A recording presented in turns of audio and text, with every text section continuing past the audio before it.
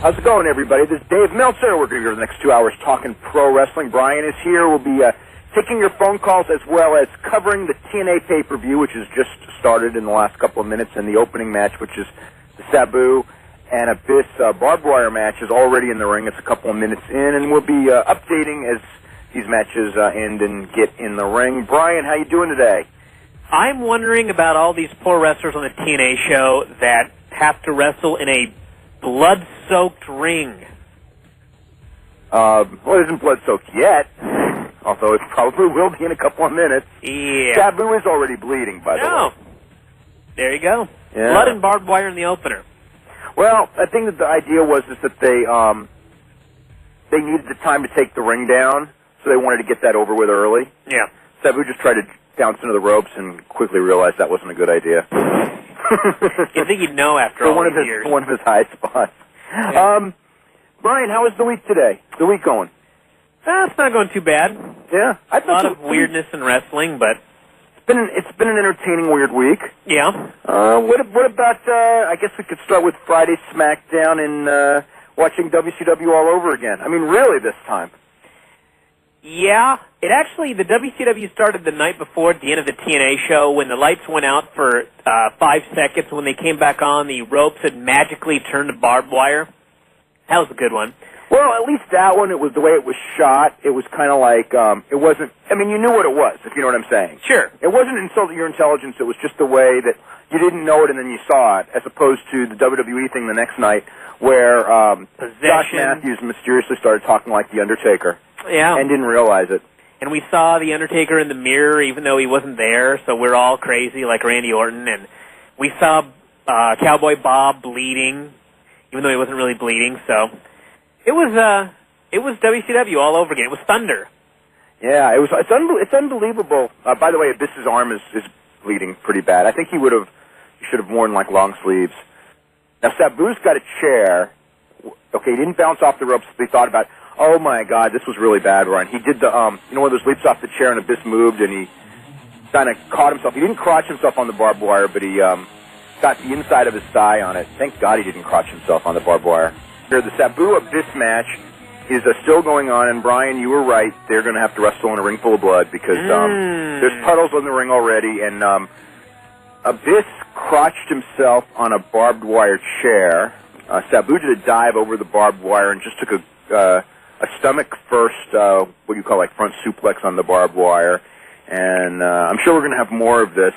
But anyway, that's where we're at with that match. One interesting thing in the pregame show, and that was that Jeff Hardy was not there for his six-man tag. And I don't know more about it, but it wouldn't shock me that he no-showed. And if that is the case, it's going to be quite interesting to see how they figure out how to not fire him this time. Well, they'd have to. You'd think so. Although this is, well, I guess how many times do you get? 3, 5?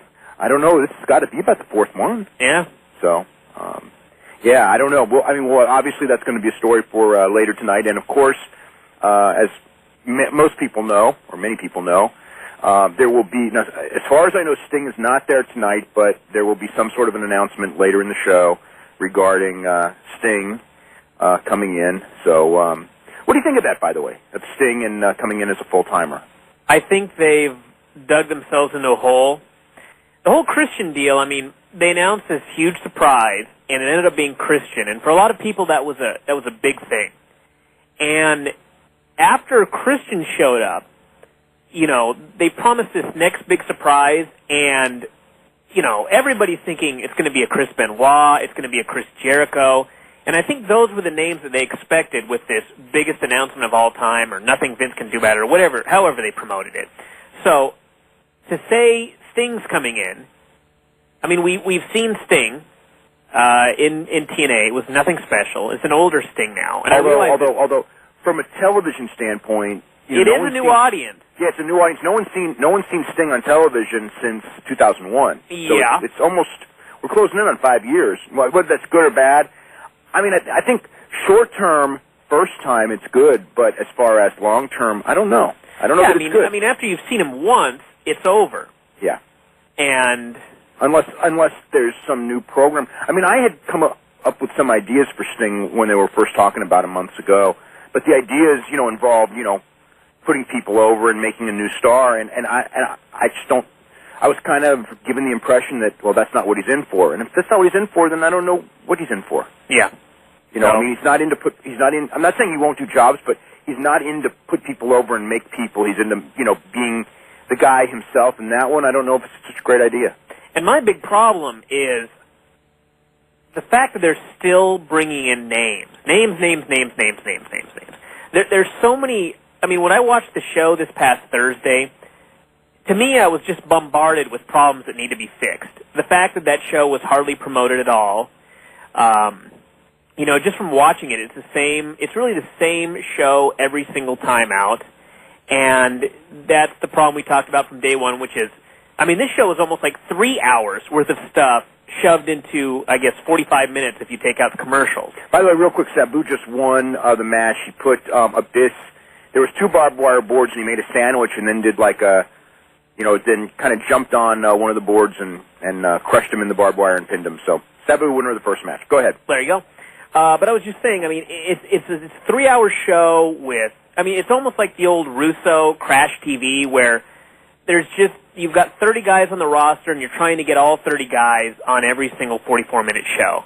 And that, to me, is the biggest problem of all. Not the fact that they don't have Sting or they don't have, or they need to bring in other names. Or I mean, I just see it as there's too many problems right now that they need to handle before they start worrying about more names. I think that their mentality is just that they've got great wrestling, but they don't have enough stars, so when they have a chance at a star, that's what they're lacking. That's what, I think that's the feeling. And they need the stars to get people to watch the show, but, I mean, I think the problem is that they need a longer show. Oh, yeah, for sure. You know, I mean, and that may be you know, that may be addressed at some point. It's not, you know, that's not their call. That's up to Spike, and Spike seems behind them, and it wouldn't shock me to see, you know, a lot of changes in the next couple of months when it comes to, you know, TV time and maybe more time. But, you know, for right now, you know, yeah, you're right. I think that every time I watch the show, that it's like they're cramming too much in and everything's rushed. Yeah. I mean, you know, the show, it's just, the TV show, they're still drawing that 0.8, 0.9. It's not drawing new viewers right now. And I think that's because I think it's still not a great time slot. There is that. But, I mean, it's really hard to get into the show every week, and you're never really given a reason to tune in the next week because, you know, it's like, as much as I hate the Undertaker Orton stuff, I mean, some of this stuff is just so stupid that we talked about. But at least when the show's over, there's no doubt in your mind who these guys are that you're supposed to care about. The 2 guys that are going to headline the next pay-per-view. There's no doubt in anyone's mind that Orton and Undertaker are the 2 top guys on SmackDown. When I watch Impact, it's like, who's the top guy? I just saw 50 guys. Jeff Jarrett and Rhino. I mean, Jeff certainly gets, you know, Jeff Jarrett certainly gets a lot of TV time. Yeah, but Rhino on that show, I mean, you know, Rhino didn't stick out from the pack any more than 15 other guys did. Well, you're right about that. I think, I don't know that anyone, the only one that, the ones that stick out of the pack, if there are, Samoa Joe and maybe Christian Cage. Yeah. But, you know, and they'll be on top soon enough, like next pay-per-view. You know, not against each other this soon, but I'm sure that they'll wrestle each other down the line. Yeah. Let's see.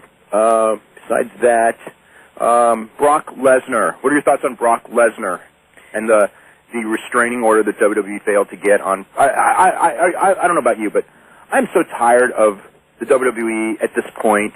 I mean, here's the deal, okay? If they offered him what they had offered him before, and, you know, which was $1 million a year, and if he had turned it down and wanted to work in Japan, I would be 100% behind them for doing that because they signed him to a contract. They signed him to a 7-year contract. They made a big commitment to him. He left to play football. Now he wants to come back. But they want him to honor the terms of that contract for 7 years, but they don't want to honor their terms, the $1 million, and then they're writing about how he thinks the contract doesn't apply to him. And to me, I think this whole thing is like, it's a joke at this point now. Well, I mean, it's a joke because of the entire WWE will be irreparably harmed if he does some house shows for New Japan or even the Tokyo Dome. And, you know, I was talking about this with another friend, but if I were going to irreparably harm you, Dave, I would have to break your arms and legs or something like that or chop them off. And when I think of what would Brock Lesnar have to do to irreparably harm WWE, it sure as hell ain't working a match in Japan. It wouldn't even be working a match. It wouldn't even be working a match in TNA. TNA, yeah. It wouldn't. You know what? That wouldn't even harm. I mean, it would help TNA, but it wouldn't really harm WWE. He's not there anyway. Yeah, and the whole lawsuit and the whole request for a restraining order is so laughable. It's so absurd what WWE is claiming that I can't possibly see any court upholding this. Yeah. I'm surprised that they've let it go as long. I mean, at this point, you know, because it's been 2 years that he hasn't been, there's the key. He hasn't been able to work. And if they were going to, again, if they were going to take him back, they've established his market value, then they tell you that he's not worth it, then somebody else is willing to pay it, and they still don't want him to work for it. I mean, they want it both ways. Yeah. So. Well, it's everything. I mean, that's how they work. Yeah, I know. Every contract Vince has ever signed, the idea is it has to be great for, WWE and horrible for the other person, and otherwise it's not fair. Or if they sign it, they don't have to uphold. That's right. That's the whole. That's the reason they're not the WWF anymore. How many times have we seen the intent of the contract not upheld by WWE based on a technicality or something? Christy Hemme, just an example. Yeah. You know, because or Bill Goldberg or Bret Hart or all these guys, they sign a good contract, and then it's their fault because they sign a good contract, and Vince doesn't think, well, it's not my fault for agreeing to their terms. It's their fault for asking. So therefore, I'm going to ruin them because I don't think they're worth it. Well, if you don't think they're worth it, why'd you sign it in the first place? Yeah. And then you complain and somehow you're right because you don't think they're worth it? It's like the Warrior deal. What? Warrior's so crazy, but they signed him to how many deals for how much money? What? Who? Warrior. Oh, Well, you mean one deal after another? Yeah. Yeah. Yeah. Hey, crazy guy. Speaking of Warrior, I don't know. Uh-oh. But, no, I mean, I just thought it was funny that and Vince Russo did an interview today, and he was talking about how he was trying to get, Warrior into TNA, and I'm just thinking, like, what? You know what I mean? I mean, with the money it's going to cost to get him, you can never make it back.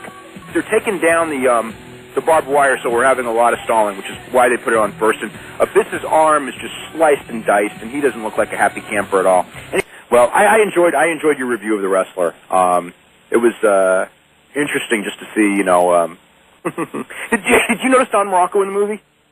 I don't think so. Okay, Don Morocco was in the movie. He's in when they do the workout in the gym when Ed Asner, when Lord Blears tells Ed Asner to go to the gym because Billy's working out right there.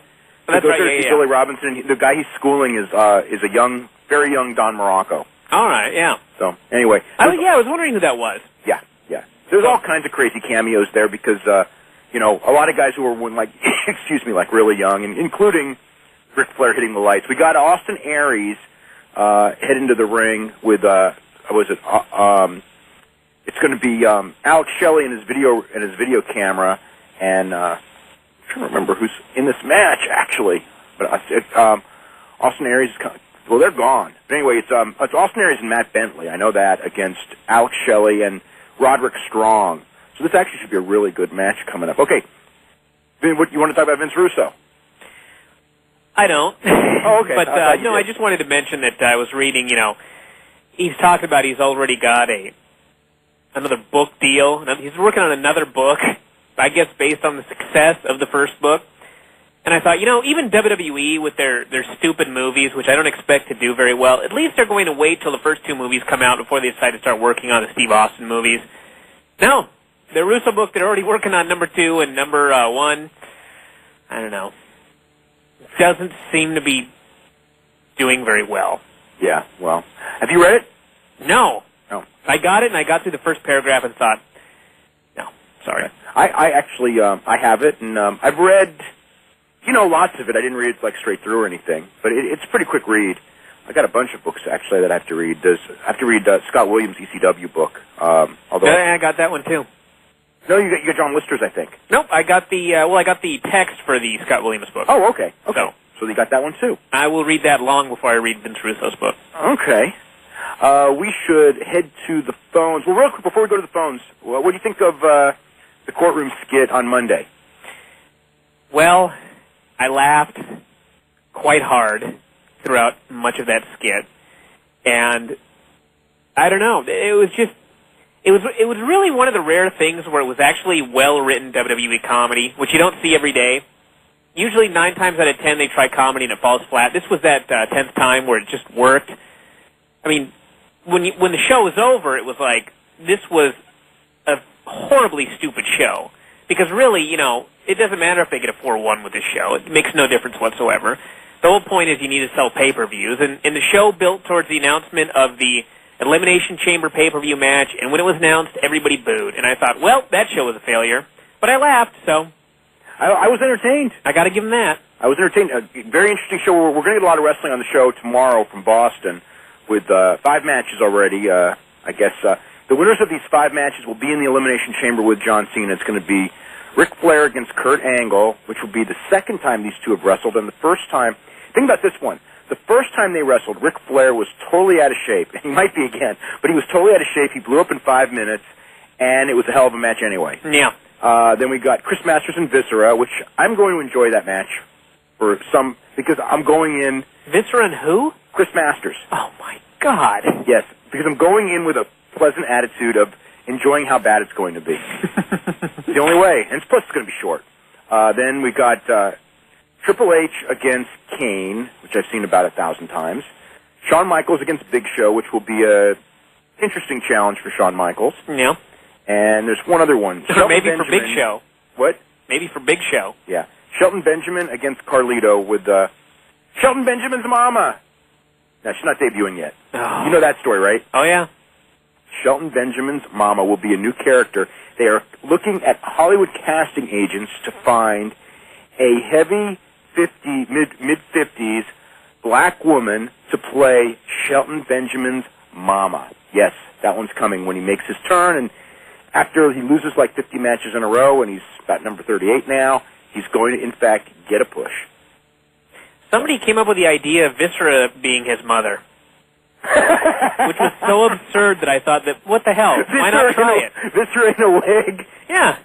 I mean, they're on a roll now with the wacky skits. Might as well go all out.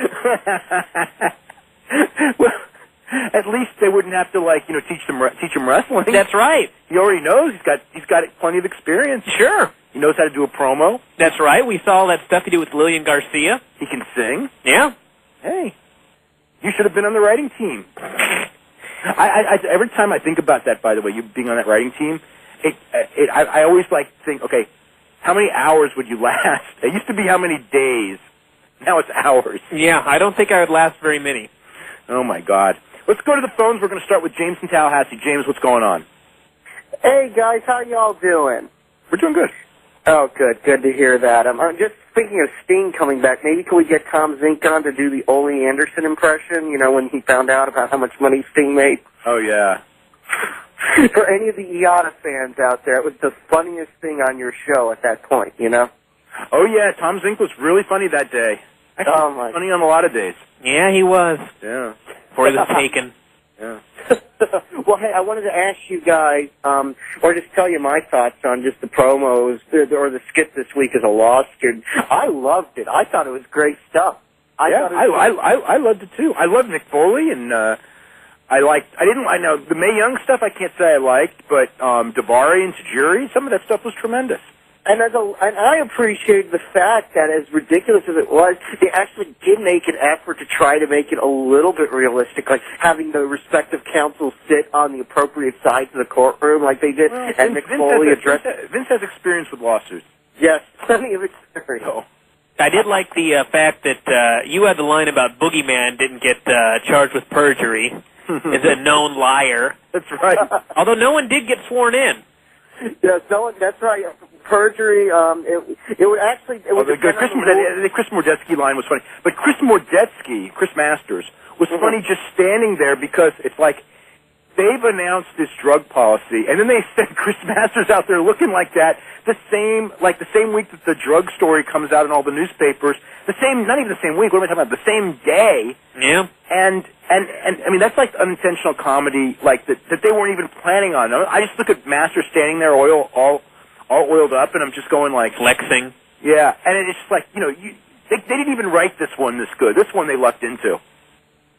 Oh yeah, it was just everything about it. It was just a funny skit. Now that Vince got to pick Bischoff up and throw him into the trash, are we now going to be done with Vince having to pick on Bischoff? Has he gotten his ultimate revenge in that he always wanted to, that where we can move on? Probably not. But he's got to have someone to pick on him. Bischoff's a good target, so I think that we'll probably see Bischoff again.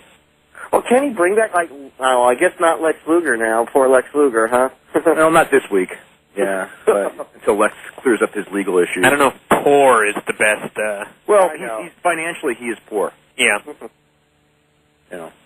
Well, no, just a shame. But I'm glad you all liked. I like the skits. Also, I was just wondering just what your thoughts were on basically the Lesnar deal, being that they went for that TRO, the temporary restraining order.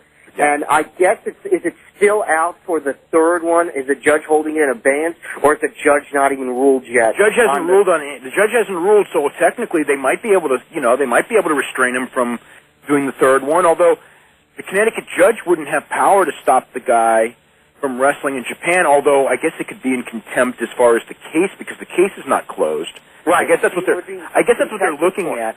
My gut is that they're I mean, this is how I'm looking at it. I think that they're trying to stall because they were told to settle. Okay, and then this is 2 months ago. They were all told to settle. It hasn't been settled, but Lesnar's still wrestling, and I think that they're just trying to, stall the settling, and then because it's not settled, try to keep him from wrestling at the same time. Yeah, but the thing with the TRO is not only do you have to show irreparable harm, but you must also show likelihood of success in court. Yeah, you're going to win the case, and I can't imagine them winning the case. How can you hold someone to a 6-year worldwide non-compete? It's ridiculous. I mean, I know that maybe Vince will be the judge. Yeah, I mean, I know that there's the argument that people will make. He did sign it, but and you know more about law than I do. But the bottom line is that if you sign something that is basically illegal, the bottom line is that they can't enforce the contract because you signed it. Right, it would be voidable on unconscionability, and that's probably what this judge, if the judge makes the ultimate ruling, would side on. If they are, but I have a feeling they will have to settle at the end of the day because their lawyers are smart enough to realize, hey, come on, this contract. Although I have seen some, attorneys win on that, so it just depends. Not 6 years worldwide. I mean, you can win on 2 years local. Oh, absolutely, but 6 years but 6 years worldwide, I just don't see that possible, especially because he's an athlete, and you're basically saying that his career is over.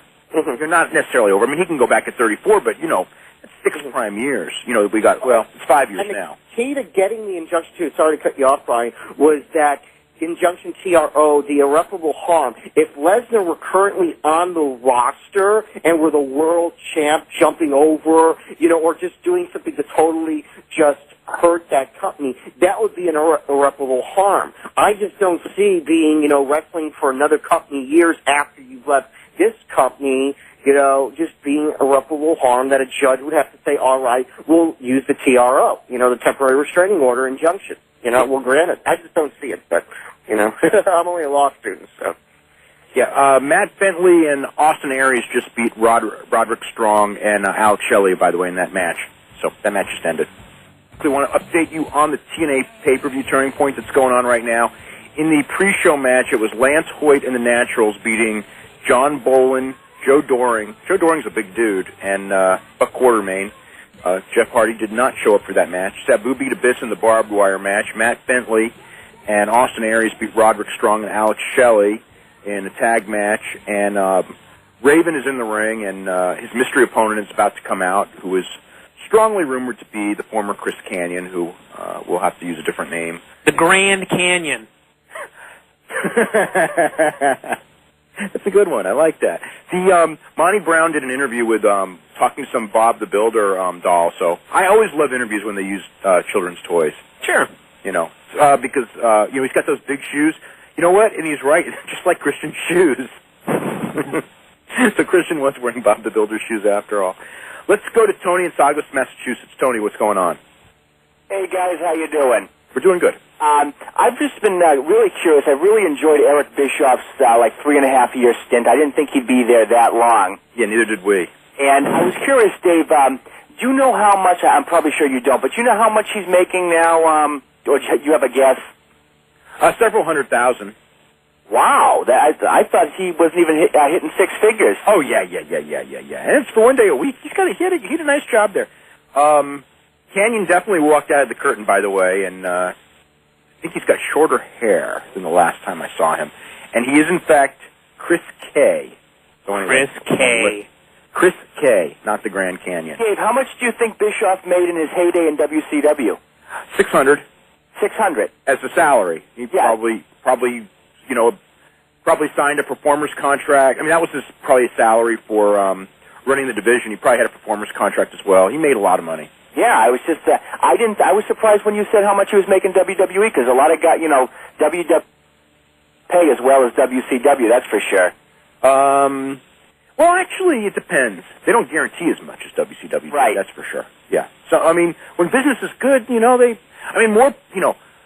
the top guys in WWE, like Austin Rock, made more than anyone in WCW ever made by leaps and bounds.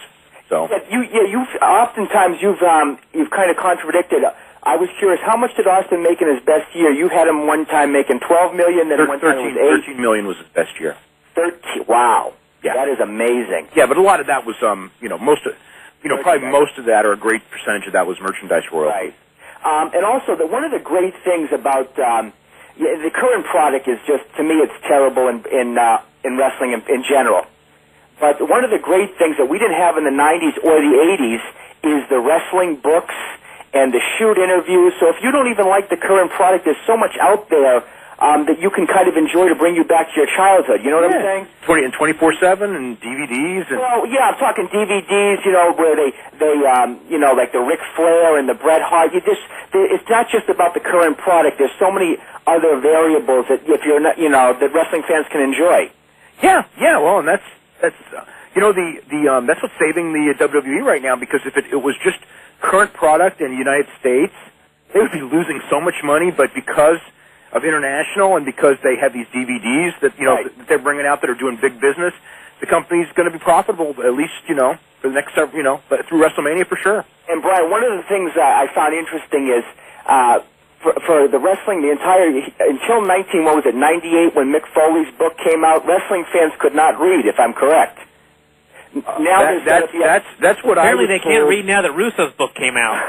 Isn't it funny how wrestling fans couldn't read, and now pretty much everybody you know has written a book. Yeah, and in the 80s, I was always wanting to write a book, and I was told that over and over again that picture book is okay, but wrestling fans can't read, and And it's funny because if I had done a book in the 80s, it would have been so much more successful than when people are asking me to do books now, because there's such a glut. It's been overdone now. Right. But if I were offered to do a pop-up book, I'd do it.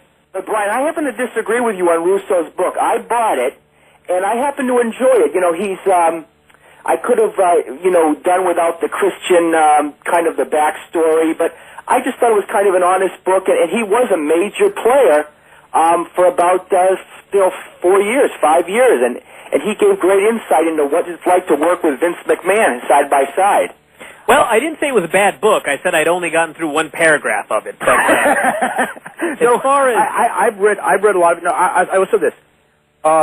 J.J. Dillon's book was much better. I love that one. To the person of Vince McMahon, although Vince Russo's strength of his book was in Vince McMahon. I do have to say that was the strongest part of the book, but at the same time, when it came to a lot of the description of angles and stuff, the problem with Vince Russo is his memory really isn't that great. Yeah. And you can tell, like he'll like get stories kind of mixed up and time frames mixed up and things like that. But he doesn't. He's not exactly. He doesn't exactly self-analyze his. He doesn't admit his wrongdoings, which is kind of. A lot of people don't. A lot of people don't do that. Exactly. But he was, but I mean, his book is. I think one thing that in the book that's kind of interesting to me is that in the book, I mean, he rips Jim Ross so bad. Like basically the guy. He gives him credit for being an announcer, but said he was incompetent at talent relations. Which for a book to come out in 2005 right now, to say that after what happened in talent relations in that company once John Laurinaitis took over. That looks really bad. But then he goes in there in 2001. But then he comes back after saying how bad, and it's in the book, how bad Jim Ross was at his job. He comes back and says, I apologize, and that just shows how, you know, Right. I should have never said that. And it's like, well, if you should have never said that, maybe you should have re-edited the book, maybe, huh? Yeah, but he wants to show what, you know, I disagree with you on that one. I think he just wants to show where he was at in his life. Okay, but in the same time, he's making all of these criticisms of someone who he, even in the book, says doesn't deserve the criticism. And if he doesn't deserve the criticisms, why is he writing the criticisms of him? I mean, if you say you want to show where I was in my life, don't rip somebody else who you even think doesn't deserve the ripping. You know, why put that person through it? What do you think about when you John come back? Moore It'd be like me saying, you know, just spending a show ripping on Bryan and then coming back like the next week saying, "Oh, I didn't mean it." I mean, does that, you know, his feelings are still going to be hurt, right? Yeah, I think, and it would still be, and I would be the one who was wrong if, in the sense, I was wrong by ripping the guy who didn't deserve being ripped, right? And my last question is, what do you think about John Laurinaitis? I've enjoyed his rise to success, and what do you think he's done? Is he a good, or is he just Vince's hatchet man? Is that all he's... Well, I mean, that's what the job entails, but you can be good at it or bad at it, and, I mean, John Laurinaitis has no respect among the wrestlers, and you have to have, I mean, that job... In that job, the wrestlers are generally going to dislike you because you're put in the position to be disliked. By the way, Raven just beat Canyon. Because but it's real hard for me to say anything too positive about John Laurinaitis right now. Well, what part of the rise have you enjoyed? Well, it's just he came from obscurity, at least in America, and in 5 years, and he joined WCW in June of 2000. He leapfrogged a lot of long-time WWE guys. Yeah. So to me, that shows he has some kind of talent. He leapfrogged the Gerald Briscoes. Well, those guys didn't want that job, though. Are you sure? Oh, not the director of... Gerald Briscoe wouldn't want to be director of talent relations. Yeah, but Johnny Ace is making $350,000. That's not a bad... No, he's making more than that with bonuses and stuff. No, he's doing well. And there are a lot of people who'd want that, but, you know, I mean, he knew, you know, he's very, you know, okay, here's the thing with John Laurinaitis was that, you know, he was in All Japan, and he was a powerful force in All Japan, and he learned the business end of All Japan because the Baba family loved him. So he has experience there, and the other thing is that he knows how to get, you know, figure out who's in power and get in with who's in power, and he made the right friends and got himself in the spot, and then he got the job, and unfortunately, then the problem was he got the job. But to criticize him because he can play the political game, I think is a wrong tact because that's wrestling. Some of the criticism of the people in that position is wrong, but in his case, like I said, it would be very hard for me to say much good about him right now. That's all I can say. I just don't think that you know, it's just hard to criticize someone when, you know, who else can do the job? It's not like there's a lot of wrestling guys waiting, and you know what I'm saying? Like, yeah, okay, but he's certainly not doing the job as well as the previous guy, or the guy before that, or the guy before that. So yeah, I mean, he's fired more guys than probably. Well, that's not so much. But the firing of the guys, that's obviously Vince's. No, that's Vince. But I'm saying Jim Ross probably in his 8 years, he probably got rid of like maybe 20 guys. And Johnny Ace, I mean, he got rid of guys too. You know, I mean, he had to get rid of. There was that one period where he got rid of a bunch of guys as well. So you know, yeah, there's always going to be firings. But the business was also different at that time, where there wasn't a need to cut so many. Yeah, it was a lot better. Well, is there really a need? No, but I mean a perceived need. Yeah, exactly. I mean, yeah, but Dave, I think a lot of the guys that Vince and Johnny Ace got rid of, they were so stale. It was like, you know, as far as the guys, except for the Dudleys and maybe Morgan and maybe not Morgan, you know, I mean, because Matt Morgan hasn't exactly knocked him dead in Japan. Except for the Dudleys, I don't know that, you know, there were any horrible choices of anyone who, you know, was, you know, I mean, I'd have kept Charlie Haas, obviously. You know, I mean, I felt bad for Matt Heisen because, I mean, he's been screwed in so many ways. And, you know, and he's such a hard worker. But at the same time, I understand because in their realm of thinking, I mean, you know, he was very lucky to ever get a job there. I mean, that's not what he's not what they're looking for. I mean, you know, Paulie got him in, and Paulie's not in power, so, you know, he wasn't going to last. All right, guys, great show, and you guys are another part of the business that you know, if you don't follow the current product, you do such a great job. I really enjoy it. Okay, you're very welcome. Let's go to Levy in Yonkers, New York. Levy, what's going on? How are you? Hey, how are you? I definitely agree with what he just said in terms of still being able to enjoy the product if you don't enjoy the current product. I any money that goes to pro wrestling goes to DVDs or to your newsletter, and I'm still able to get a lot of enjoyment through that. I am too. I enjoy it too. Even if you know what I enjoy though. I enjoy. I can even enjoy current stuff because even when WWE is bad, TNA's been good on pay-per-view, and then Pro Wrestling Noah. There's been some incredible stuff if you get their tapes, or Arena Mexico is fun, although it's hard to get, I must admit. But it's really fun this year. Dave, this will probably be one of the funniest things you've ever heard, but sometimes I get your newsletter on Monday, and I'll be getting home late from class, and I'll pop open your newsletter, and I'll mute Raw, and I'll start reading your review of last week's Raw just because I enjoy reading it more than watching the show. Well, thanks. I sometimes I often enjoy writing it more than watching the show.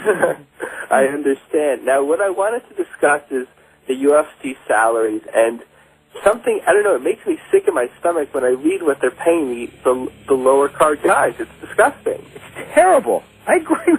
In fact, I wrote about it a little bit this week. I wrote about it again this week. Not even the lower card guys. I mean, Rich Franklin. I mean, come on.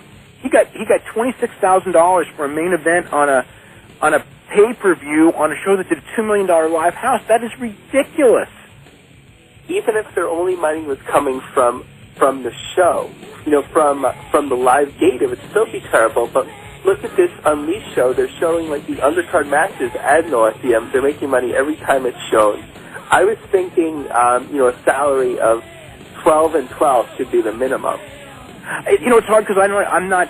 I don't know their books to know what they can truly afford, but I do know that $2,000 or $3,000 is ridiculous for a company at this size for a pay-per-view. 4 live crews in the ring with Team Canada. We've already had Sabu beating Abyss, and we've had Matt Bentley and Austin Aries over Roderick Strong and Alex Shelley, and Raven over Chris K, formerly Canyon. And Kip James is a 42-year-old man in shorts way too small, and he's got pigtails. Oh! Yes, he's got pigtails. He looks like Shirley Temple. Well, I guess he doesn't look like Shirley Temple. He looks like Shirley Temple if Shirley Temple was a guy on steroids and 42 years old with bleach blonde hair. Wow. Yes. So, how about Jillian Hall? Did she ever have pigtails? I don't remember. Remember when she first came in? Oh, yes, I vividly remember. But she had pigtails. I'm trying to remember. I don't think she did. She just looked different. Oh, did she look different? Oh, yeah. And we may be seeing the new Jillian Hall soon. Yeah. And in the 4 Live Crew Team Canada match, Conan cracked a chair over Mr. Pigtail's head, and he was pinned by Team Canada, and then he hit B.G. James with a chair as well. And it appeared to me from watching this that Conan and Ron Killings did some really great facial expressions, if nothing else. So that's what happened there. And now we're watching all kinds of media, including Sports Illustrated and all that, with Dale Torborg and AJ Brzezinski leading up to the thing. They had an interview with the Diamonds and the Ref, and they were reading like USA Today and Sports Illustrated. Now Bobby Heenan is doing an interview with AJ Brzezinski. So anyway, that's what's going on right there. Let's go to Levi. Levi, what's going on? Hey, Dave. So with the salaries in the UFC, we all knock Vince McMahon, and definitely rightly so, but, at least with Vince McMahon, when he's successful, you're successful. When the company catches fire, all the guys, do well. Maybe not to the extent that they should, but they benefit. Now, the UFC, 2000, what was it, 2000, they bought the company. How could they still be paying the same contract? They're actually paying less than they were then. They're paying less. Because, when they first got the company, they were given, Pedro Hizzo was getting like $175,000 a match. I guess Ken Shamrock and Randy Couture are above that now. But, that they were, generally speaking, the last UFC, the last one, was the lowest payoff that they had ever done for a show, at least a Nevada show, because that's one of the ones where we can see the actual payoffs, since they owned the company. And the company's never been more successful, and they've never paid less. That's amazing. And Vince would be proud. What? Vince would be proud. Vince would be proud. Vince is trying to do the same thing. But yeah, geez, I actually, it's somewhat unconscionable. I think that when you talk about, doing what they do for $2,000, I mean, geez. Look at Kid Cope from the last show. He got a broken arm, a dislocated shoulder, or something like that. Oh my gosh. Yeah, for $2,000. 6-man tag is in the ring, and Dale Torborg came out in his blue jeans. Oh, he didn't wear his Kiss Demon outfit? No, no, well, we knew he was going to do that, but he gets sued for stuff like that. Sure. There's a bunch of players in the audience. I think Eddie Einhorn's in the audience, too, but I'm not positive of that one. So, he's the owner of the White Sox. So, yeah. And a former wrestling promoter in the 70s. Wow.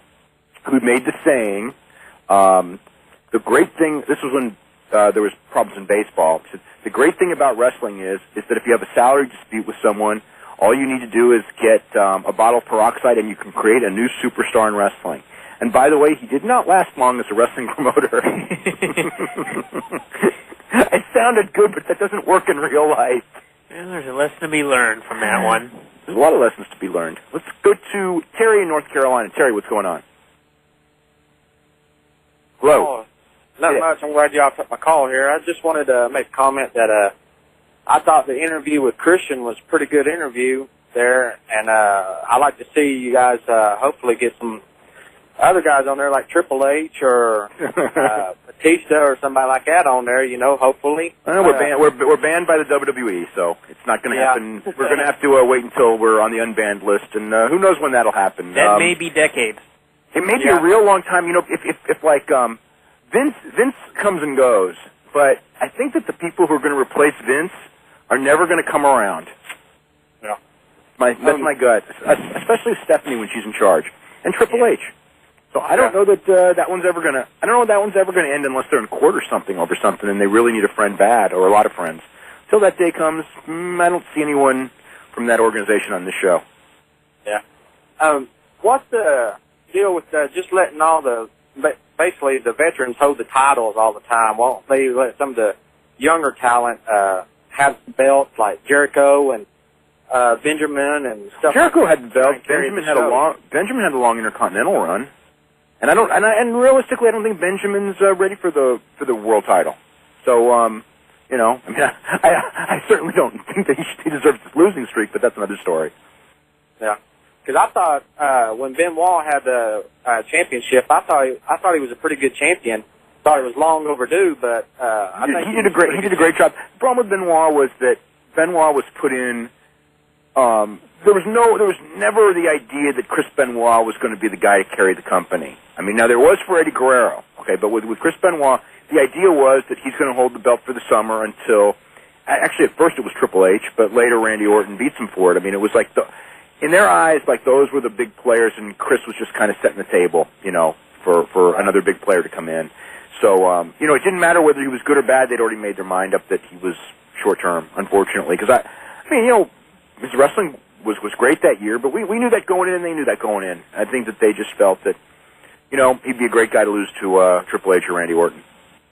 Right. Do they plan on bringing The Rock back anytime soon, or is he just way too busy making movies? Well, he's that busy right now.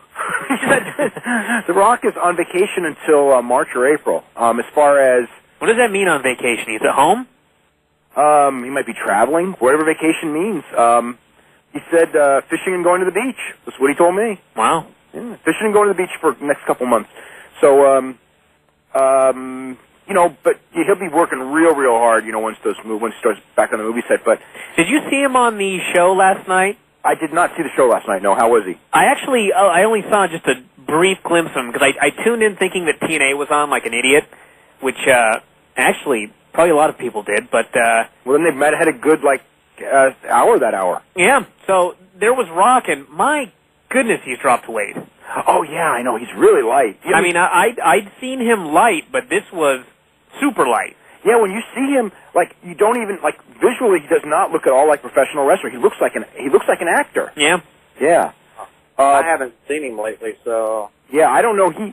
They say he weighs 230. No way. And he looks lighter than 230, but he's really tall. You know, he's like 6'4.5".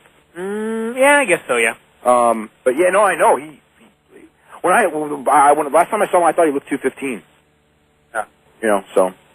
One quick other question: do they plan on anytime soon in the storylines maybe bringing Shane McMahon in to do anything? Probably. You know, it always comes back. He was just on the week before last. But from what I gather, he's not going to be the general manager. Because I think Shane brings a lot of character to it. He's funny as he can be, I think. Unintentionally. Some of the stuff that he does. He's dance. Funny. But, well, that's all I had I wanted to ask you, but I'll let all these other callers get to you and just say hi to my brother Don there. But thanks for taking my call, and I appreciate it, guys. Okay, very welcome. Let's go to Greg in Providence, Rhode Island. Greg, what's going on? All right, what's going on, guys? Not too much, not too much. Listen, a few questions about WWE and one quick one about TNA. Okay. The one I really wanted to get to, Dave, was John Cena. I mean, I saw Survivor Series, and, you know, it's like you said, since SummerSlam. I mean, it's so awkward when, in the company's eyes, their top babyface is just getting the biggest mixed reaction, and a lot of times it's more boos than cheers. And, you know, my question is, you know, as a wrestling fan, I'm not a huge fan of Cena, but, I mean, I'll get behind them, but I don't know if it's a gimmick, if it's fake. I know when he first started out like this, he was like a thug rapper, but he doesn't even do the lyrics anymore when he comes to the ring. It's just like this. I don't know. It's just, to me, I get the impression that this guy is like a money-making, all fictitious guy that the WWE just put together. It's more of like, you know, just buy my merchandise, my wrestling sucks. And I just wonder if that's the way you feel, and if you think if they're gonna actually respond to these, you know, crowd reactions. They're going to fight him till the bitter end. I mean, you know, it's just a question of how the crowd how the crowd reacts. It's going to get worse, though, don't you think? I think that if they don't turn him, it's going to get worse. Yeah, because the crowd resents it and everything. So yeah. You know, the thing with Cena was he used to come out, he would do a rap, and he would do a match, and the booze started, and so all of a sudden he wasn't coming out so much. They were just backstage doing a rap, and then they kind of had to chip that away until now he's not doing a rap at all. Right. And now he's not even appearing during the show until the main event. So right. I'm wondering how much they can possibly chip off of him before he just no longer exists.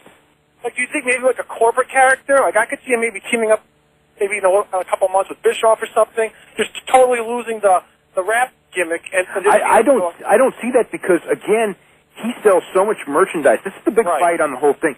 It's like, if he was not selling merch. By the way, real quick on this match, AJ Brzezinski just hit Simon Diamond with a home plate and knocked him out with a loaded home plate. So they won the match. They couldn't find a baseball bat. And he's signing his autograph on home plate for Simon Diamond, who's knocked out. So that's the end of that one. I don't know how that match was, but anyway, as far as. Yeah, you know, if it wasn't for the merchandise selling so great, I think they would just turn him heel. But because it does, they're going to fight it till the bitter end. And so I don't know how it's going to go. I mean, like, you know, they're very careful. Like on last Monday's show, they only brought him out in a situation where it was anti-Bischoff, where he was going to get cheered. Right. But I heard that, you know, like when they showed him to the live crowd, you know, not on television, he got booed, you know, twice. So wow. So you know, why can't he be a babyface without the belt? I mean, that's what I would have done, but you know, I guess Triple H has already decided on WrestleMania. And Dave, one more quick question about WWE, and then a quick one about TNA. With the Saturday Night Main Event coming in March, is that going to be maybe I'm hoping for cross promotion, SmackDown and Raw, or is that going to be one brand only? I would think it's going to be both brands because I cannot imagine. You know, it's supposed to be, you know, it's supposed to be Raw. Maybe not because you know what? UPN, no. You know what? I'll bet it's only Raw because UPN would probably want exclusivity on the SmackDown characters, and that's I actually I shouldn't say that for sure, but if I'm going to guess it's only going to be Raw. But wow. But no one's told me for sure. I should actually check on that. All right, and one last question, Dave. When is TNA going to be able to actually get out of that arena in Orlando and actually make some stops to cities? Because I mean, I would love to see them live. You know, in the Northeast, and I don't think they're ever, like, when do you think is going to be, you know, finally time for them to start going on tour a little bit? As far as a show, if the promoter's going to pay for it, they could do it, but as far as going on tour, I don't think that they ever should do that. I mean, the economy can change, but WWE barely makes money going on tour. These guys will lose money like crazy if they try. So what's the point of going out and losing money? Well, Monty Brown is going to be facing Christian. Monty Brown's coming to the ring right now. So we're going to go to, this is a big match, I think, for both of these guys, because Christian's first pay-per-view match with this company, and he's going to have to prove that he can carry a guy who's not that great, and Monty is going to have a good match here. You know, that's another thing. Why did they give Christian's first match away for free on television? Well, that one I wouldn't have done. I think that's because it was a Thursday night special, and they wanted it to feel like it wasn't a special. They didn't even promote it. I know. They should have promoted. If they were going to give it away for free on TV, don't you think they should have spent a week on Spike with commercials? Christian's first match. Yeah, and why couldn't they have done his first match after people already had to pay to see it? You can give it away for free and promote it for 3 weeks. It's going to be available on TV, but you might as well promote the one on pay-per-view. I agree with you on that. First TNA match, pay-per-view. That to me, that's perfect logic. Shouldn't, but I think they wanted him to have a good match, maybe just a match to get the rust out. Yeah, you know what? If that was the case, they should have done a dark match. Yep. Maybe they wanted Bobby Roode to get a little bit of a rub, and look good against him. And they could do that next week. They're trying to elevate Bobby Roode. Bobby Roode did a good match with him, too. Yeah, it was good. Yeah. Let's go to Damon in Westchester. Damon, what's going on? Hey, guys. I had a question. I'm sure that WWE is paying royalties to the wrestlers for the DVDs. Oh, yeah. I'm just imagining, if they don't like Warrior, why make a DVD about him? Because they thought they have access to this film library, and they thought that it would sell. And, it did sell. It did, yeah. It wasn't the, greatest selling one, but what's it, like 110,000 copies or something like that? 115 or something? Yeah, 115, jeez. That's wow. pretty darn good. Yeah, oh, okay. For a burial.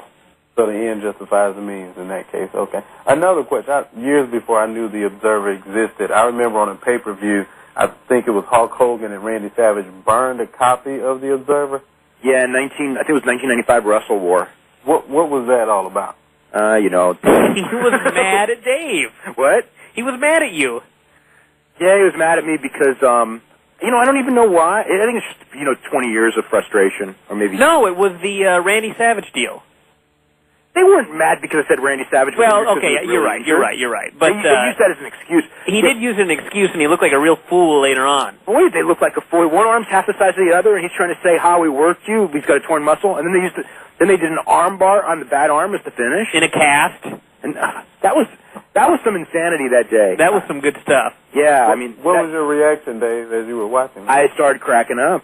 I couldn't believe it. It was like one of the funniest things I ever saw, especially because I knew the guy had torn his tricep, and they're going out there, and the arm's so small, and they're going out there trying to say, we worked everyone, we even worked the boys, his arm's not really hurt, and it was. Oh, wow. I thought, I don't know what, do you know what set him off, Brian? I don't even remember anymore. I don't know. I can't remember. Yeah, well, it's probably something very stupid. Well, it's Hogan. What can you do? That's why he's Hogan. All right, guys, thanks. Okay. Appreciate the show. Okay, Hogan Knows Best, coming back in, January, right? That's right, Hogan Knows Best. Nick at Wrestling School. Nah. Oh, boy. But, yeah, that's one of the segments. Yeah. I can just imagine. What else do we got? I think there's another one with Brian Knobbs, isn't there? Well, Brian Knobbs takes him. Brian Knobbs is probably going to be all over the show. Good. Yeah.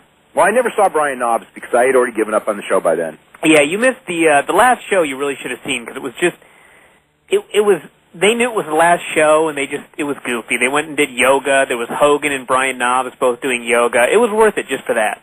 I saw one where, did Hogan play tennis or something? Yeah. I saw, I was pushing the dials. This was after the season was over, and I had it on VH1, and I saw Hogan playing tennis. And I thought that was pretty goofy. That might have been the same show. Yeah, it may have been. Yeah. I didn't watch the whole show. I just watched. There was nothing to it. They just goofed off the whole time, and it was enjoyable. Yeah, when Brooke had that, meeting with the porn star that, tried to hit on her, that was it for me. Yeah. It was this is far too fake for me to waste my time on. Did you ever see the one with the animals? No, that was 2 weeks later. That was the one that killed the season. Yeah, well, they never did another rating after that. Nope. Yeah. atrocious show. Do you think that anyone's going to watch it this time? I don't know. Yeah, I don't know. I don't know, because yeah. I mean, people, I have friends that aren't really wrestling fans that started watching the show, and they all turned off after the pet one as well, so I don't know. Christian's on the top rope doing this plancha all the way to the other side. I mean, like, it was post to post. Wow. Yeah. Let's go to David in New York. David, what's going on? Hello there. Hey, there we go. Yeah. David. Hey, couple questions. First, did you ever find out what the real deal was with WWE pulling the Captain Charisma merchandise? I don't know. Because obviously that wasn't trademarked or anything, so I don't know what the deal was. It was selling. Maybe they didn't want him to get over it, as stupid as that sounds. And I don't believe it. If it was WCW, I would actually believe it, but with WWE, I don't know. I remember people, as soon as it happened, people checked the trademarks and no one had it, and, well, that's why he bought it now, but I can't think of any other reason other than that, though. Well, could it have been a deal where somebody actually had some sort of Captain Charisma deal and made the threat, and WWE didn't bother to check, they just pulled it? No, because they would check stuff like that out. Well, I don't know. Because you know how they try to fight people, even when the other people are right, they don't back down until it's hopeless. Yeah. On that stuff. At least unless it's real, put it that way. Christian just took a bump, by the way. Monty pressed him over the top rope and dropped him all the way onto the floor. So, I guess, yeah, he's definitely not taking it easy in this match, that's for sure. Yeah. I also wanted to talk about, for the awards this year, for Best Book, for the new category, I just finished Regal's book. Mm-hmm. That is a hell of a book. I got it. I've read parts of it, but I haven't read enough of it to... What I've read of it I liked, though. I haven't read enough of it yet. Yeah. Also, have you gotten the Lucha Libre masked, whatever it is, the Lucha Libre photo book? No. Oh, you need to check that one out. Really? Yes, I think it's Lucha Libre Masked Superstars of Pro Wrestling or something by Lourdes Grobet. It is just a fantastic book. Pictures from the last 25, 30 years, old pics from El Toreo and stuff. Really? Yeah. Oh, I would love to get that. Yeah. You know where I can get it at? Amazon has it, High Spot, so your store has it. Oh, okay. Well, then I'll try to get it. Yeah. But the one thing reading about the Regal book was just the freakiest part was him sitting at home, locking himself in a room and drinking GHB. Yeah. Yeah, and scrolling down all of his thoughts on saving the world on paper. Yeah. Did he put any of those in the book? Unfortunately, no. That would have been great in sort of like an Anne Heche thinking she's an alien kind of way. Yeah. He's pretty descriptive of that period. I mean, I remember when he was on this show and he was and he was kind of asked nicely not to come on, and he really wanted to come on bad, and so they let him. He was, he's not shy about talking about it. So, I think the one thing from dealing with him, the little bit that I have, I think he's very honest, and that's why I thought that I would probably like his book, because I didn't think it's going to be one of those. The book, to me, wrestling books are either full of it or they're really good. I mean, there's very few in between. Yeah. Oh, have you got? Because I've been thinking of getting it. Have you read the J.J. Dillon book yet?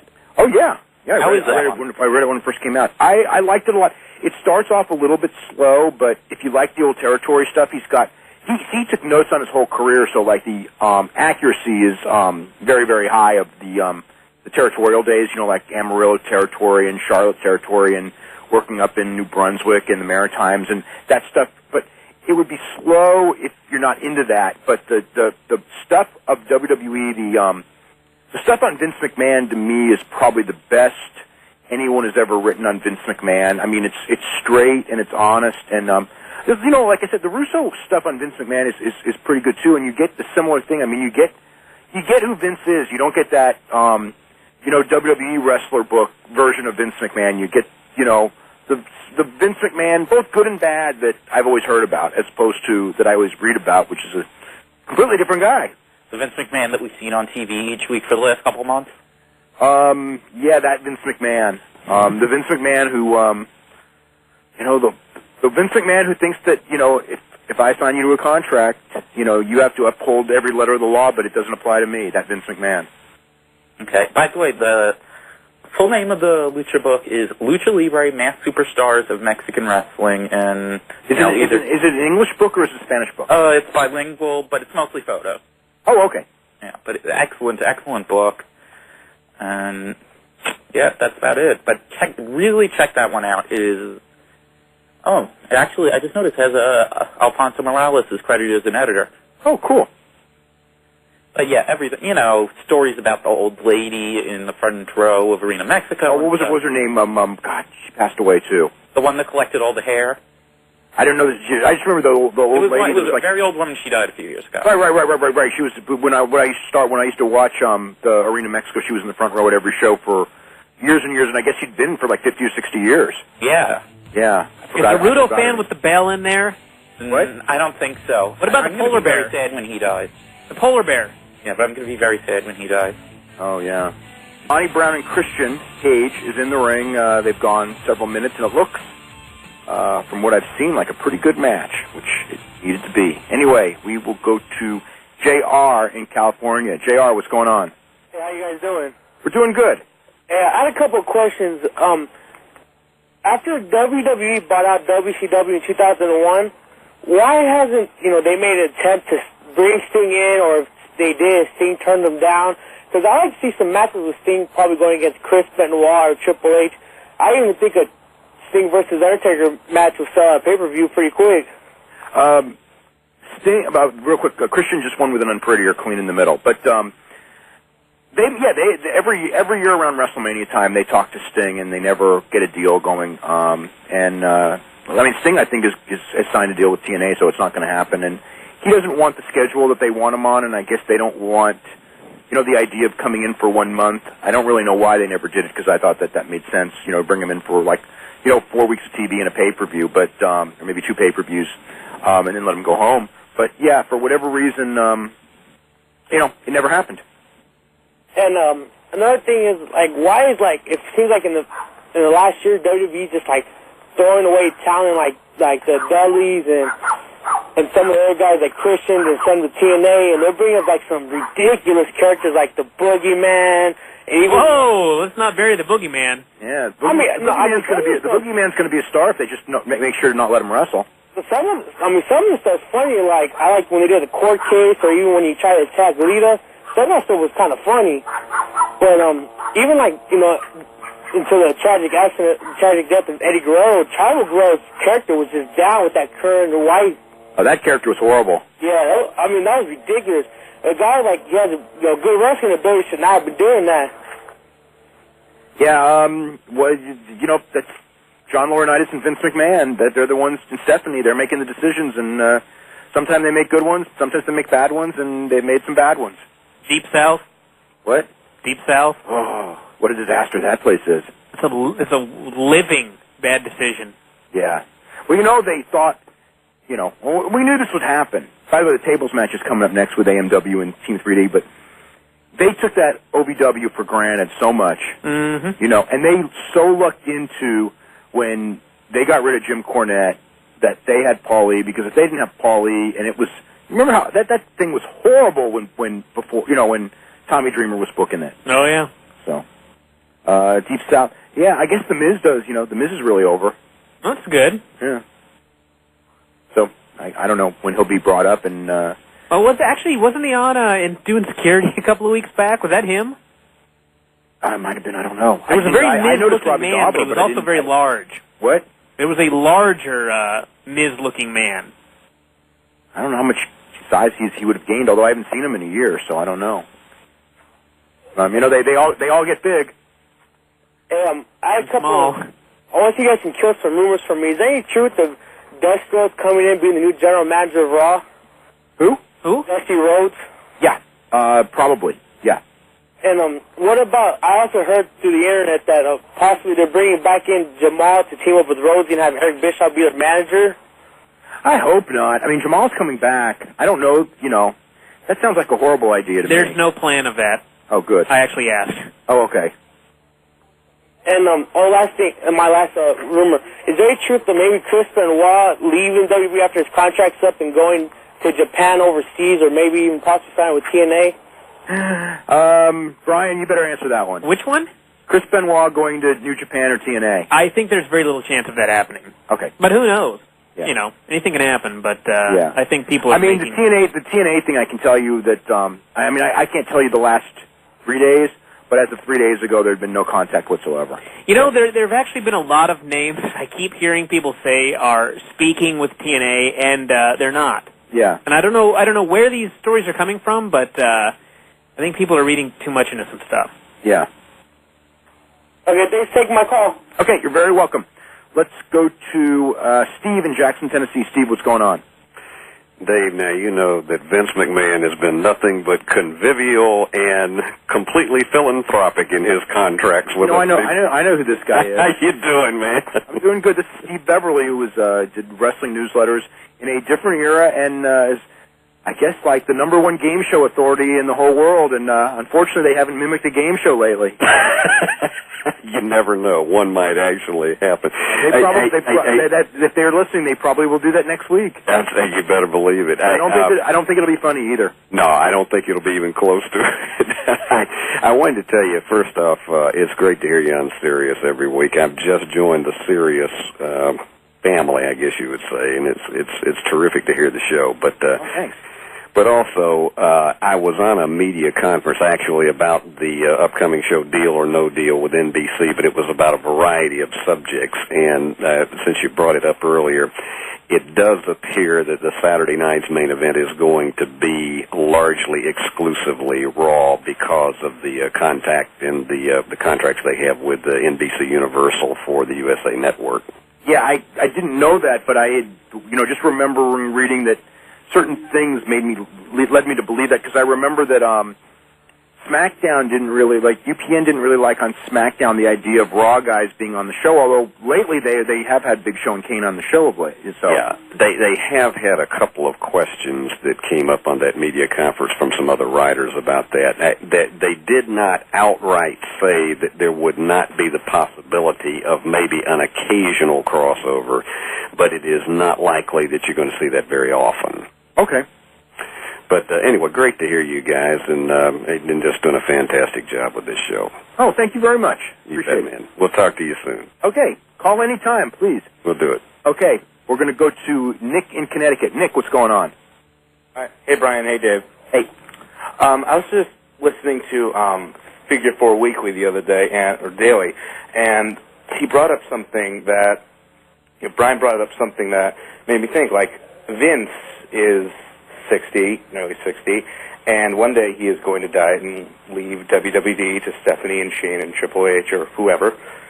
And I'm just wondering, do you think that, eventually it'll spiral out to, WCW levels, or do you think it'll survive? They got a lot of money to survive for a long time. Hopefully they have more fiscal responsibility because it's in a sense their own money. And they learn enough about business to where it doesn't, become the money pit WCW is.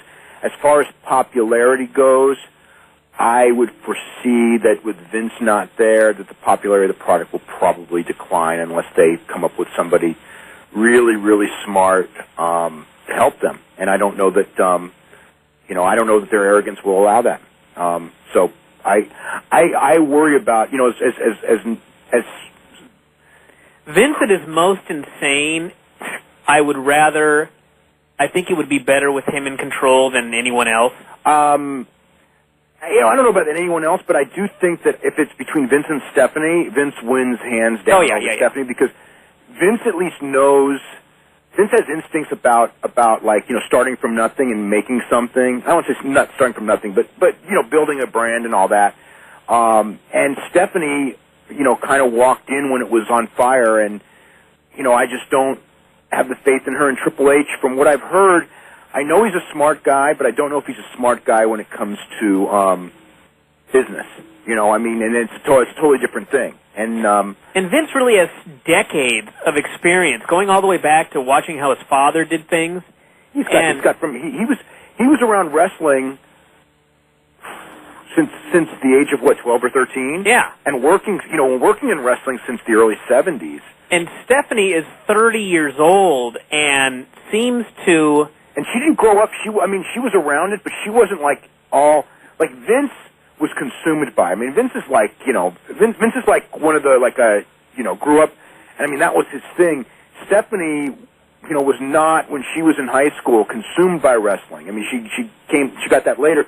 So she doesn't have those decades of experience as a fan and instincts. And not that Vince's instincts as a fan are not really all that great right now, but Stephanie's are pretty bad. From listening to stories of people that deal with Stephanie, it sometimes seems like she feels like she knows it all. Like there's nothing more for her to learn. Absolutely, and that's the problem. Vince has that too, but Vince at least knows a lot. Yeah. Sometimes he forgets, but Stephanie's knowledge of it all, I don't even think she knows that much. I mean, I think there's people, just a lot of people I know that know more than her that I wouldn't even consider all that necessarily smart on wrestling. So it worries me. I mean, Triple H is smart as a wrestler, but a wrestler looks at things. I mean, I've heard just, Triple H, just certain excuses and things like that, like when the business started to fall, a couple of years ago, and he just goes, well, it's summer, and it's just sort of like, that's just not an excuse. I'm sorry. You know what I mean? Yeah. Mm-hmm. Yeah, it's like at least Triple H, he's better now. He's not insane like he was in 2002, where he was just killing careers left and right. But yeah, I think that was a period where he thought guys just didn't belong at a certain level, and but it's the guys who get the shot are if you look at the guys who are getting the shot, Cena was Stephanie's hand-picked project, and Randy Orton and Batista were Triple H's hand-picked projects, and I don't know, I mean, nobody else. I mean, Masters, I guess, got a chance. Yeah. They're grooming him because he's 22 and he's got or 23 maybe now, but he's got a good physique, and at the time, so they think that because of that, and he's tall, that he should be a star, but they should learn by now that cosmetics only get you so far, and they don't get you that far as any right now they don't get you all that far. Yeah. One last thing, I would just like to scold Bryan for stealing my Grand Canyon line. Yeah. I didn't. Well, I sort of stole it. You sort of stole it. That is malarkey. I had actually, someone had suggested that name to me many years ago, and it was brought back by you. So, but I'll give you credit. Fine. I almost thought about not sending you a gift in Secret Santa, but you know what? I will. Well, thank you. All right. See you guys. Okay, thanks very much. Okay, let's go to Chris in New York. Chris, are you there? Hey, guys. Hey there, what's going on? I got two quick questions. Where does Austin versus Hogan stand for WrestleMania this year? As of a week ago, doesn't stand very good. No? Very, very unlikely. One last thing. What does Vince hate Randy Savage for? Do you have any idea? I mean, I've heard the rumors. Yeah, I've heard, the rumors on the internet. But, I can't confirm them, but, people who know the situation... One about Stephanie, is that the true? Stephanie story? Yeah, the Stephanie story. I mean, it's certainly a rumor. I don't know the answer to that one. No. The thing is that he didn't hate Randy Savage when he jumped in like 95, 96. Because I remember Vince, saying that he would take Randy Savage back at any time, but Hogan was the one he would never take back. And as it turned out, he's taken Hogan back 4 times and never taken Savage back. But the thing with Savage. It could, especially now, I mean, if you've seen Randy Savage now, I mean, there's just no way. With the gray beard and everything. I mean, he's just so old, and I think he's, I mean, even for the Hall of Fame, would Vince even consider that? if he's not, put it this way, if Randy Savage isn't in the Hall of Fame in, 5 years, then there's probably something really amiss, and if they don't have a DVD of him, because they, Randy Savage was a really big star, and God knows how many times they brought Piper back, so... I guess time will tell, but they bring everyone else back, so I don't know. Just saw Chris Harris take a 3D through the table, but I think the AMW 3D tables match is still continuing. We're going to go to Tony in Pennsylvania. We only got a couple minutes. Tony, what's up? Hey, it's Steve. Hi. Hello. Hello? Yeah. Yeah. I got to ask you a question about this whole thing in TNA with Jeff Jarrett. Uh-huh. Do you think it's time for him to step aside and let the younger guys take over? I don't know about as far as disappear, but as far as on top, yeah, for sure. I guess 3D must have won that match because they're showing the clips for Samoa Joe and AJ Styles. So Team 3D must have won that tables match. Anyway, go ahead. Sorry. Yeah, I thought that was a good match, by the way. The 3D match, good. How's the show so far? I'm not watching it right now. I heard it's a real good match. Oh, okay. Yeah, I think he shouldn't be in the world title picture for much longer, and they should have different guys in the main event.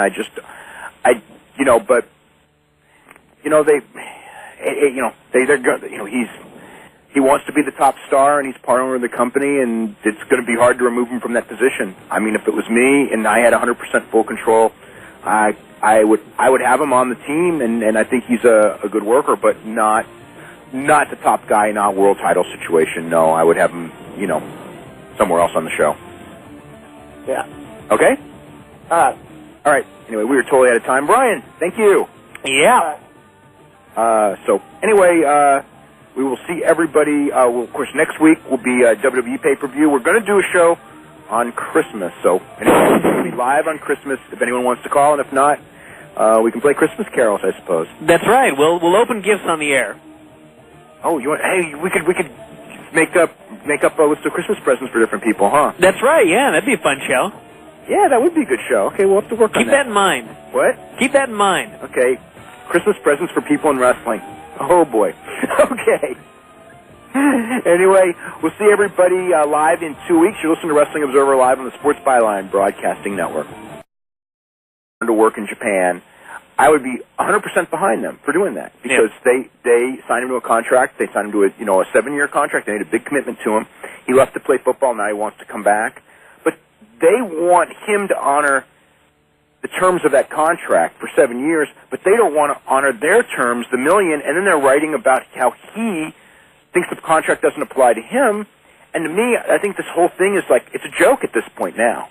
Well, I mean, it's a joke because of the entire WWE will be irreparably harmed if he does some house shows for New Japan or even the Tokyo Dome.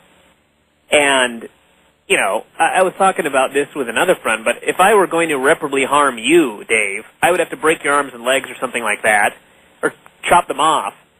And when I think of what would Brock Lesnar have to do to irreparably harm WWE, it sure as hell ain't working a match in Japan. It wouldn't even be working a match. It wouldn't even be working a match in TNA. TNA, yeah. It wouldn't. You know what? That wouldn't even harm. I mean, it would help TNA, but it wouldn't really harm WWE. He's not there anyway. Yeah, and the whole lawsuit and the whole request for a restraining order is so laughable. It's so absurd what WWE is claiming that I can't possibly see any court upholding this. Yeah. I'm surprised that they've let it go as long. I mean, at this point, because it's been 2 years that he hasn't been, there's the key. He hasn't been able to work. And if they were going to take him back, they've established his market value, then they tell you that he's not worth it, then somebody else is willing to pay it, and they still don't want him to work for it. I mean, they want it both ways. Yeah. So. Well, it's everything. I mean, that's how they work. Yeah, I know. Every contract Vince has ever signed, the idea is it has to be great for, WWE and horrible for the other person, and otherwise it's not fair. Or if they sign it, they don't have to uphold. That's right. That's the whole. That's the reason they're not the WWF anymore. How many times have we seen the intent of the contract not upheld by WWE based on a technicality or something? Like Christy Hemme, just an example. Yeah. Because or Bill Goldberg or Bret Hart or all these guys, they sign a good contract, and then it's their fault because they sign a good contract, and Vince doesn't think, well, it's not my fault for agreeing to their terms. It's their fault for asking. So therefore, I'm going to ruin them because I don't think they're worth it. Well, if you don't think they're worth it, why'd you sign it in the first place? Yeah. And then you complain and somehow you're right because you don't think they're worth it? It's like the Warrior deal. What? Warrior's so crazy, but they signed him to how many deals for how much money? What? Who? Warrior. Oh, well, you mean one deal after another? Yeah. Yeah. Hey, crazy guy. Speaking of Warrior, I don't know. Uh-oh.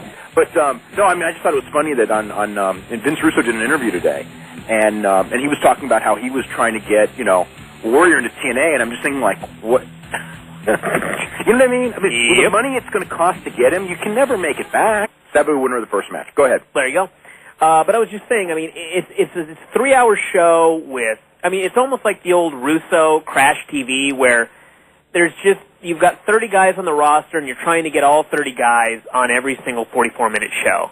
And that, to me, is the biggest problem of all. Not the fact that they don't have Sting or they don't have, or they need to bring in other names. Or I mean, I just see it as there's too many problems right now that they need to handle before they start worrying about more names.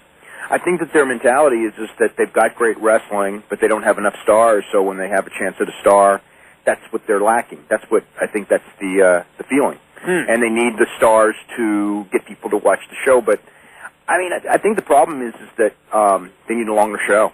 Oh yeah, for sure. You know, I mean, and that may be that may be addressed at some point. It's not, that's not their call. That's up to Spike, and Spike seems behind them, and it wouldn't shock me to see, a lot of changes in the next couple of months when it comes to, TV time and maybe more time. But, for right now, yeah, you're right. I think that every time I watch the show that it's like they're cramming too much in and everything's rushed. Yeah. I mean, the show, it's just, the TV show, they're still drawing that 0.8, 0.9. It's not drawing new viewers right now. And I think that's because I think it's still not a great time slot. There is that. But, I mean, it's really hard to get into the show every week, and you're never really given a reason to tune in the next week because, it's like, as much as I hate the Undertaker-Orton stuff, I mean, some of this stuff is just so stupid that we talked about. But at least when the show's over, there's no doubt in your mind who these guys are that you're supposed to care about. The two guys that are going to headline the next pay-per-view. There's no doubt in anyone's mind that Orton and Undertaker are the two top guys on SmackDown.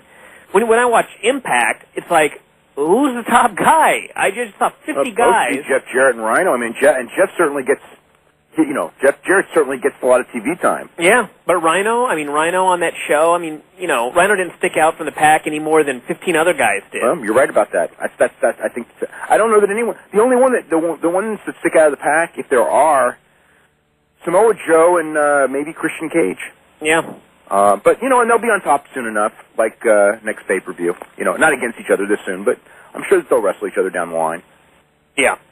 Let's see. Besides that, Brock Lesnar. What are your thoughts on Brock Lesnar and the restraining order that WWE failed to get on? I don't know about you, but I'm so tired of the WWE at this point.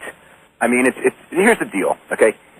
If they offered him what they had offered him before, and which was $1 million a year, and if he had turned it down and wanted, they're taking down the barbed wire, so we're having a lot of stalling, which is why they put it on first. And Abyss's arm is just sliced and diced, and he doesn't look like a happy camper at all. Well, I enjoyed your review of the wrestler. It was interesting just to see, Did you notice Don Morocco in the movie? I don't think so. Okay, Don Morocco was in the movie. He's in when they do the workout in the gym when Ed Asner, when Lord Blears tells Ed Asner to go to the gym because Billy's working out right there. That's right. Yeah. Billy Robinson. The guy he's schooling is a young, very young Don Morocco. All right. Yeah. So anyway, I was wondering who that was. Yeah. There's all kinds of crazy cameos there because. A lot of guys who were like really young, and including Ric Flair hitting the lights. We got Austin Aries head into the ring with it's going to be Alex Shelley and his video camera, and I'm trying to remember who's in this match actually. But Austin Aries they're gone. But anyway, it's Austin Aries and Matt Bentley. I know that against Alex Shelley and Roderick Strong. So this actually should be a really good match coming up. Okay. Vin, what you want to talk about Vince Russo? I don't. Oh, okay. But, I just wanted to mention that I was reading, he's talked about he's already got another book deal. He's working on another book, I guess based on the success of the first book. And I thought, even WWE with their stupid movies, which I don't expect to do very well, at least they're going to wait till the first two movies come out before they decide to start working on the Steve Austin movies. No. The Russo book, they're already working on number 2 and number 1. I don't know. doesn't seem to be doing very well. Yeah, well. Have you read it? No. No. I got it, and I got through the first paragraph and thought, no, sorry. I actually, I have it, and I've read, lots of it. I didn't read it, straight through or anything, but it's a pretty quick read. I got a bunch of books, actually, that I have to read. I have to read Scott Williams' ECW book. Although I got that one, too. No, you got John Lister's, I think. Nope, I got the text for the Scott Williams book. Oh, okay. So you got that one, too. I will read that long before I read Vince Russo's book. Okay. We should head to the phones. Well, real quick, before we go to the phones, what do you think of the courtroom skit on Monday? Well, I laughed quite hard throughout much of that skit, and I don't know. It was really one of the rare things where it was actually well-written WWE comedy, which you don't see every day. Usually 9 times out of 10 they try comedy and it falls flat. This was that 10th time where it just worked. I mean, when the show was over, it was like, this was a horribly... it wouldn't shock me that he no-showed, and if that is the case, it's going to be quite interesting to see how they figure out how to not fire him this time. Well, they'd have to. You'd think so. Although this is, I guess how many times do you get? 3, 5? I don't know. This has got to be about the 4th one. Yeah. So, yeah, I don't know. Well, obviously that's going to be a story for later tonight. And, of course, as most people know, or many people know, there will be, now, as far as I know, Sting is not there tonight, but there will be some sort of an announcement later in the show regarding Sting coming in. So, what do you think of that, by the way, of Sting and coming in as a full-timer? I think they've dug themselves into a hole. The whole Christian deal, I mean, they announced this huge surprise, and it ended up being Christian. And for a lot of people, that was a big thing. And after Christian showed up, they promised this next big surprise, and, everybody's thinking it's going to be a Chris Benoit, it's going to be a Chris Jericho. And I think those were the names that they expected with this biggest announcement of all time, or nothing Vince can do better, or whatever, however they promoted it. So, to say Sting's coming in, I mean, we've seen Sting in TNA. It was nothing special. It's an older Sting now. And although from a television standpoint, it is a new audience. Yeah, it's a new audience. No one's seen Sting on television since 2001. So yeah, it's almost, we're closing in on 5 years. Whether that's good or bad, I mean, I think short term, first time, it's good. But as far as long term, I don't know. I don't know if it's good. I mean, after you've seen him once, it's over. Yeah. And unless there's some new program. I mean, I had come up with some ideas for Sting when they were first talking about him months ago. But the ideas, involved, putting people over and making a new star. And I just don't. I was kind of given the impression that, well, that's not what he's in for. And if that's not what he's in for, then I don't know what he's in for. Yeah.